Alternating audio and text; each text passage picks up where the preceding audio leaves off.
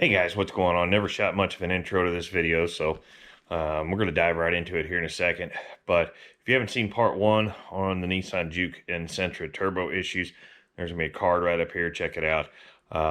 Do me a favor. You do watch that video, share it with your friends, but this is a conclusion to show you why those turbos were failing. So do me a favor. If it helps you out, make sure you hit that like button, hit that subscribe button, and we're going to dive right into it. So enjoy the video. A couple of you asked for a follow-up on the saga with the turbo on the Nissan Juke. So real quick, I want to show you a little bit more about this oil line while I got you here. Sorry about the noise in the background. And it's probably, maybe if I'm lucky, 25 degrees in here. So I got that heater running, blowing heat underneath the car, which is keeping me warm enough I can work without gloves on, thank heavens. So please pardon the heater. Anyway, back here on the back side of the engine, I'm going to lower you down in here and hopefully you'll be able to see it. Sits right over here. You can see this oil line comes down right here. Right there is the 17mm banjo bolt that's holding the oil line in. I got the turbo out now, so it's a lot easier to see. But then there's also one hole down right there. Now, and I don't know how well it's going to show up, but right, where is it? Right there where the tip of my finger is, hopefully that's showing up, is that is the 17mm banjo bolt. So I'm going to get that banjo bolt out, I'm going to pull this oil line out, and then I'm going to bring you back and I'm going to show you exactly how plugged up this line is. So, be right back. Got the oil line off. I'm going to take some car cleaner. I'm going to stick the tip of the straw, get it to cooperate, down inside the line. Ah, come on. Alright, and then you can see it coming out the top. There isn't a single thing coming out that banjo fitting at the bottom. I don't know if you can see that. Hopefully that's showing up on camera. As I fill the top up, there's nothing flowing out at the bottom. And that's your gravity flow out. Now, if I turn this back over, you'll see that was all in that line. This line has got a plug in it. Now, so let me pull it out here real quick. This line, let me see if we can find the part number. It is a Gates, I don't know if it's how well it's going to show up.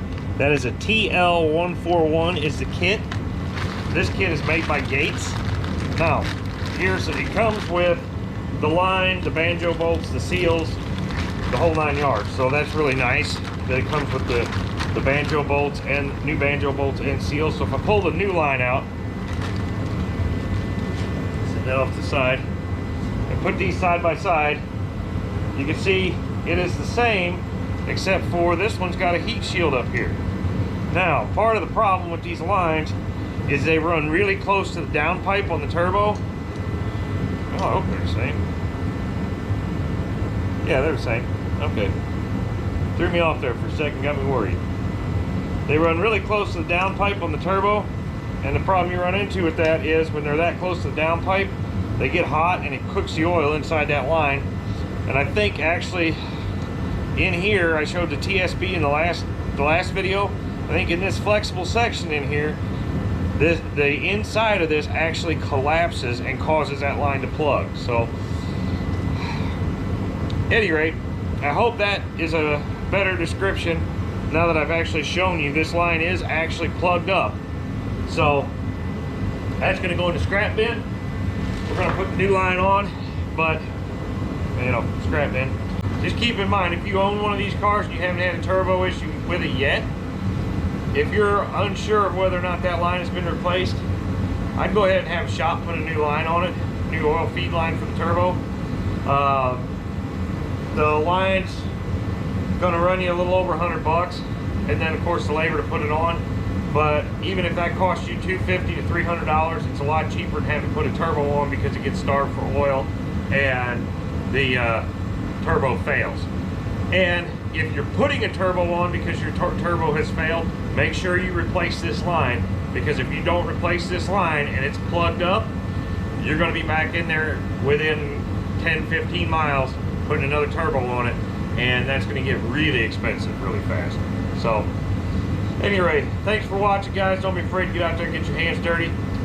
Please don't forget, comment, rate, subscribe. I thank every one of you that subscribe to this channel.